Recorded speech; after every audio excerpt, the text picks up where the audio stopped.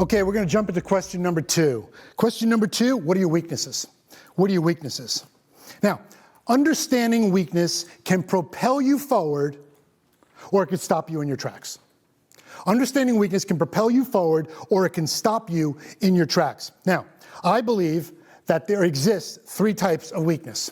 3. The first weakness we call a DNA weakness. What's a DNA weakness? It's something that you're born with. It's something that is inherent inside. My wife wants me to go out and do ballroom dancing, okay?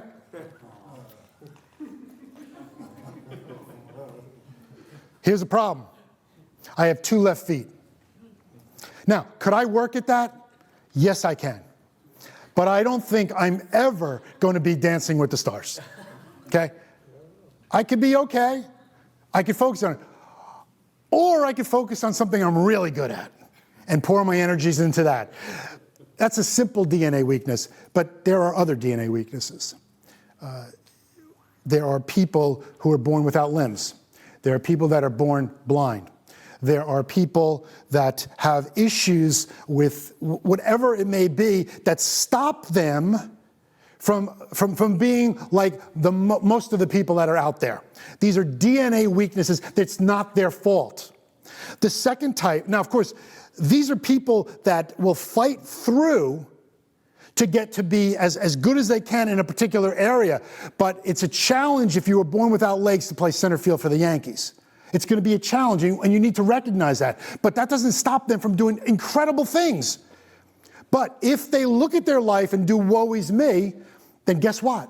They will never achieve what they need to achieve. So understanding that a DNA weakness is something that is going against the grain. If we're gonna focus on it, it's going against the grain, but of course there's always exceptions to the rule. The second type is life-altering change. Now, what's a life-altering change? Well, everything's going great. Car accident. And you lose a limb. Car accident, you're paralyzed. Death of a loved one. A spouse leaves you. All these types of things are life-altering, which requires you to do a personal inventory and say, check my attitude and make sure I understand this has happened to me. But remember, it's my response to the situation that's either going to hold me back or propel me forward. I want to know that in a life-altering situation, there is a time to mourn, but then there's a time to move on.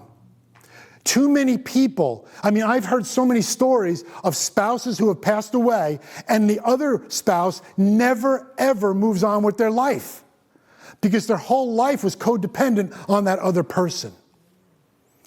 And guess what happens? It stops growth. It stops you from achieving all that you were made to achieve. The third type is character weakness. What is a character weakness? Lying, cheating, stealing, everything that goes against the code of God. Now, these are weaknesses that you absolutely have to work on. So you've got a DNA weakness, which, you want to work a little bit on, but you don't want to focus on except in certain situations. Life altering, again, you want to work on it, otherwise it's going to hold you back. But character weakness, non-negotiable. Non-negotiable. Because that's your name, that's who you are.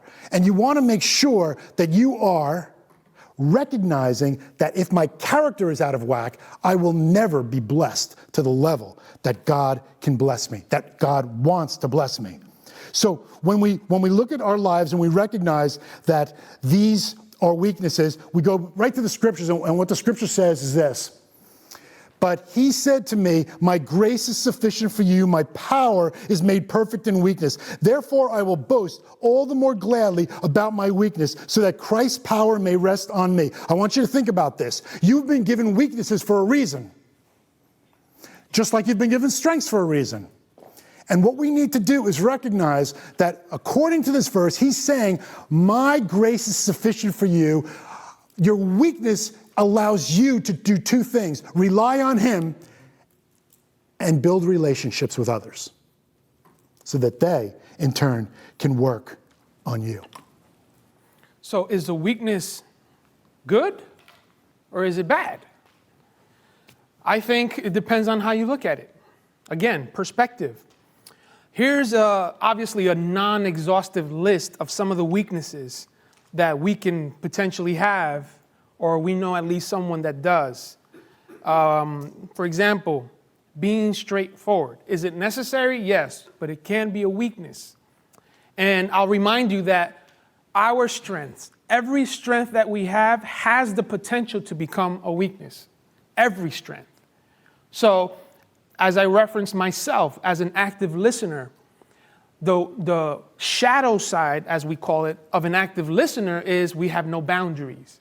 And so we'll go on and on and on to be that listening ear to multiple people throughout the day. And at the end of the day, not only am I exhausted, but borderline unconscious, and I serve no purpose furthermore, right? And so I would need to really digress. I would need to get away, etc. So it might not be necessarily healthy. So I need to know how to put a boundary. I have 50-minute sessions with individuals because there's always that area where they come in and then they leave, right? And to me, I calculate 10 minutes for that. 5 on the front end and 5 on the back end. And usually it works out because at the end of minute 50, while we're talking, I'm usually telling them, all right, see you next time. And they want to keep talking. So I'm an active listener. So I need to know my boundary. Otherwise, it's going to become a weakness for me. And then we'll go over, and then my next person is waiting outside anxiously because, right, that's the nature of it.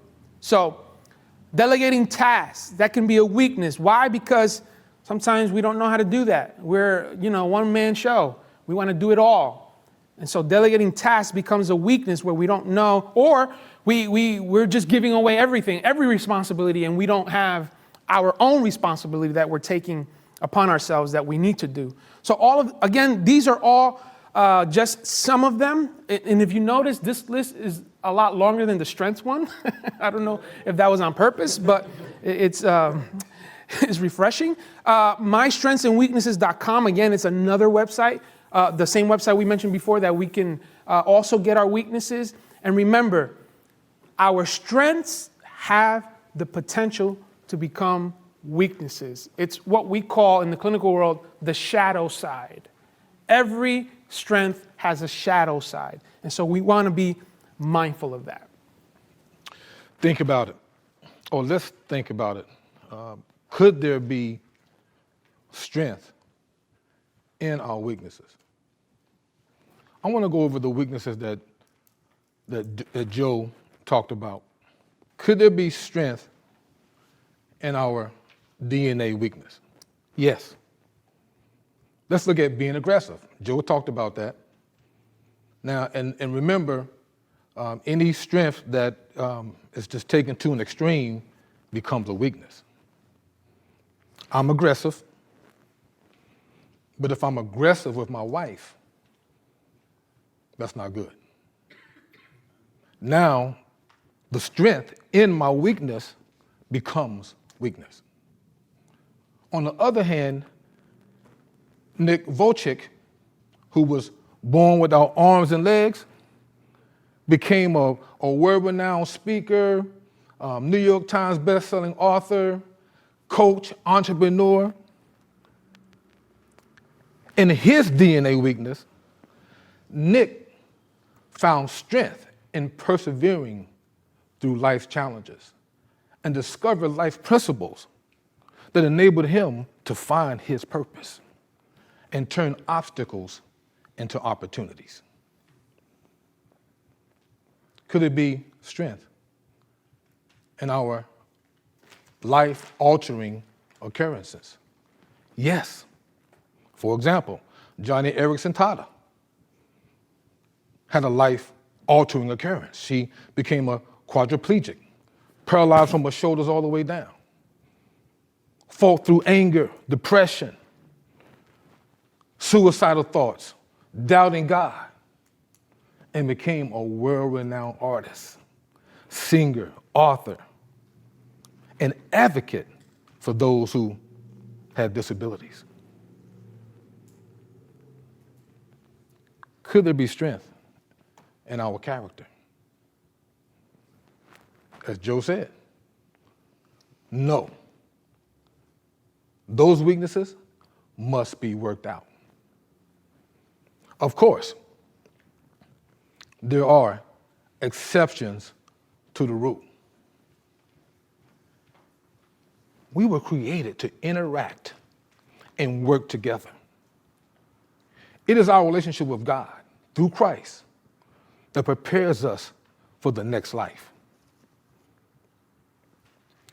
God thought relationships so important that he gave us the 10 Commandments. The first 4 are about our relationship with God. The remaining 6 are about our relationship with one another. God put so much emphasis on our relationship with each other more than himself.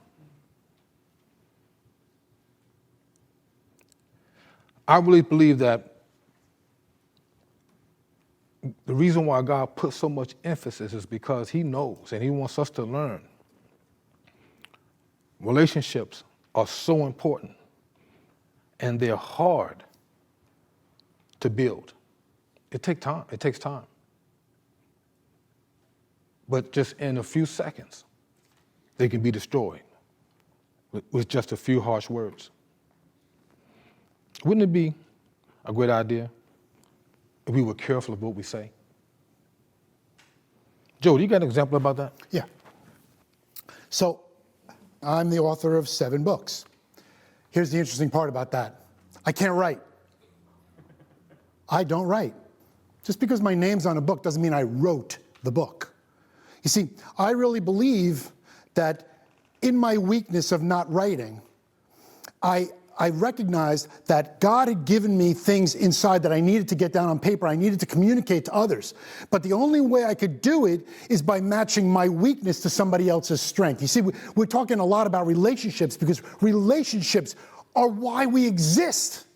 We're relational. We talk about the body of Christ and we know that he's the head, but all the other pieces work together in unison to bring about a result, a powerful result. So what I did is, this was my first book written in 1992. That's right, I'm old. And it's called Safe at Home. And Safe at Home was written because I said to myself, I want to write a book about Christian baseball players. But I didn't know how to get that done if I couldn't write. And all of a sudden, I realized, well, what if I found somebody to help me? And you know something? I have never met my co-author. Never met him.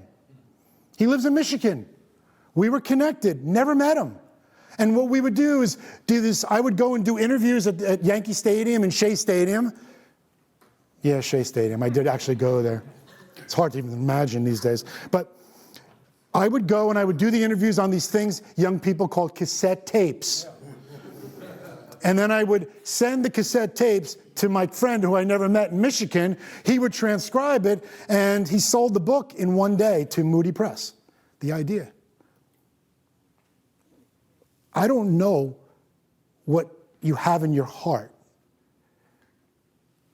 And I don't know what weakness is stopping that.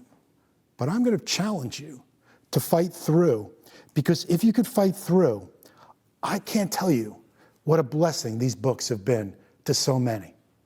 Not because I wrote them, but because God downloaded something to me, went right through me to another person who then penned them on paper. It's that simple.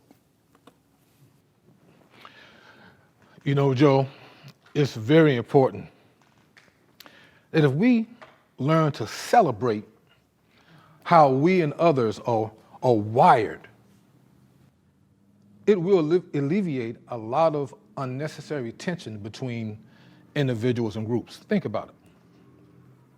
If we learn to celebrate our strengths and understand our weaknesses, we can then build upon our strengths and overcome our weaknesses. If we merely focus on the weak parts of our personality, it will only enhance our weaknesses. What can happen if we do this? I mean, I think about the times I've been throughout America going into schools and they asked me to speak on issues like hopelessness and bullying and bad choices. And a lot of times the principal would say, Mr. Roussan, can you talk about tolerance? I'm like, sure. So when I come to that point in my speech, I go, listen, everybody, I think tolerance is a negative word. It communicates, I'll just tolerate you because you're not like me. Or I'll just tolerate or put up with you because I'm not like you. How come we can't teach appreciation? I appreciate you because you're different than me. Again, what can happen if we do this? There's one challenge.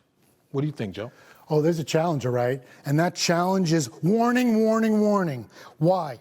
Because there is one stumbling block that exists to getting you to your true identity and purpose. And it's those we associate with. These are a few people that have taken it to an extreme. They want to basically look like their animal. They want to look like their dog. But you know something? Let's put this into perspective. And the perspective is a little yeast works through the whole batch of dough. What does that mean? It simply means that those you associate with, even the little comments, the little nudges, it's going to start becoming part of you. You know, I love when I deal with, say, an alcoholic, a reformed alcoholic. And they'll tell me, well, yeah, I want my ministry to be in the bars. Okay. So you're going to put yourself back in the line of fire where the temptation is. And what happens is their heart is right, but they go, and all of a sudden, you start feeding in because a little yeast works through. He who walks with the wise grows wise, but a companion of fools suffers harm. Who are you surrounding yourself with? 2 rules of thumb. And I love these 2. This rule says this: show me your friends and I'll show you your future. Show me your friends and I'll show you your future. And the other one, Mr. Einstein comes back and he says, stay away from negative people. They have a problem for every solution. Do you know people like that? Do you know people that you go to and you're feeling pretty good? And then they are negative and they've got a problem for every solution. Do you know how many great things have been stopped because we've allowed ourselves to allow this negative force to penetrate us? It's so real. I know every one of you here knows that. Every one of you knows that negative person. Let me tell you something. You stop. No, I'm going to say this, and you stop that relationship, or you really flip it in a big way. Now, some of us have that in our families. You can't cut that out, can you? But you know something? You can be all that you can be and allow that positive to affect the incredible, incredible negative that can penetrate our lives. It's a really difficult thing to do when we're around negative people, not to get negative. It's a real difficult thing when we're around people who don't want to see us go any farther. You know what I'm talking about. There are people that will love to pull you down. And when you make a mistake, they want you to stay down. Why? It's not about you, it's about them. You see, as long as you're down, they could stay down. They don't have to exercise anything to go forward. But as long as you're up, you're up. Bienvenidos a mi oficina. Gracias por venir. No, that's the Spanish version. Sorry, this is the English one. That must be your weakness. You don't know Spanish. Weaknesses. We don't like talking about weaknesses. There are 9 dysfunctional family rules. Won't go through them today. We need another workshop for that. But I'll share with you the top 2 as it relates to weaknesses. Because sometimes we wonder why some of the people we do associate with are so negative, or why they're so impulsive in such a negative way, and we gravitate towards following them. Why is that? Well, perhaps we have been taught directly, indirectly by some of these dysfunctional rules from a family of origin. For example, rule number 1 is do not talk about your problems. I don't know if you were taught this, but in my Latino home, we were taught this. Our problems stay in the home. This is not for you to go out there and talk to people about it. Now, obviously, the intent may be good, right? The intent is, that's our business, right? But there's a healthy way to speak about problems, because the extreme of what we were being taught was don't talk, period. If you just put it in the back burner, you'll forget about it, you move on. But what happens when you leave something in the back burner? It's still there. And it creeps up. And most of the time it creeps up when we least expect it, when we're having an interaction with someone, and next thing you know, something they say, right, sparks something that we put in the back burner, and now we're saying something or doing something that gets us in trouble. Dysfunctional rule number 2 of our family origin is we do not talk about our emotions. And I remember when I was in high school, I played football, and I had a scout in my house. I was being recruited by a couple of schools, Division I schools, one of them being Syracuse. And I was excited. I was a defensive back. I was pretty good. My dad was an alcoholic dad, absentee father. He's still with my mom. They still live together. It's just crazy how life is. And I only knew my father as a very, very drunk man all the time. And that day when that scout is sitting in my living room, in my home, speaking to my mom, who understands English but does not prefer to speak it, so she would him to, all she wanted to do is say, how much is it going to cost? Mom, no, it's free. It's scholarship. Oh, okay, qué bueno. Right? You want coffee? And in comes my dad at 4 o'clock in the afternoon, drunk as all that, stumbling into the house, and he says, what's happening? And my mom tells him in Spanish, relax, it's okay. Our son is going to school. School? Yeah, he plays football. My dad had no idea I played football. And he's like, what do you mean, playing football? Yeah, actually, and I've always been a nerd. I'm a nerd. So if I wasn't going to get my scholarship in football, I was going to get an academic scholarship because I love books. Back then, guys, for the younger folk, we didn't have Google. We actually had to go to the library and sit down and open books. We had to learn our catalog, how to find our books. I had my first Encyclopedia Britannica gifted to me. I was like, oh. I was trying to learn new words just for the sake of it. Those were the days. And here comes my dad. What's going on? And he didn't say words that hurt me. He made a gesture that hurt me. He went, and walked away. And at the ripe age of 15 and a half years old, I graduated when I was 16, my dad put a shank in me that until I was an adult didn't realize how much it hurt. And I walked those years of my life with a weakness that I had no idea how to deal with. So sometimes there are weaknesses that we can walk with that may be a DNA weakness. It could possibly be a life-altering weakness, and it could be a character weakness. You can identify what that is. The point is, understand that it is there, because what that created in me is the sense of rejection. And everything that I think is a threat to me being rejected, I get defensive, and I reject before I get rejected as an adult because of something that happened back then. So I just wanted to kind of give you a clinical perspective of that, because sometimes we don't even realize why we do what we do, but it definitely has a genesis. Okay, we're going to break for 2 minutes and answer the question, what are my weaknesses? So please take your pen and address as many weaknesses as you possibly can think of.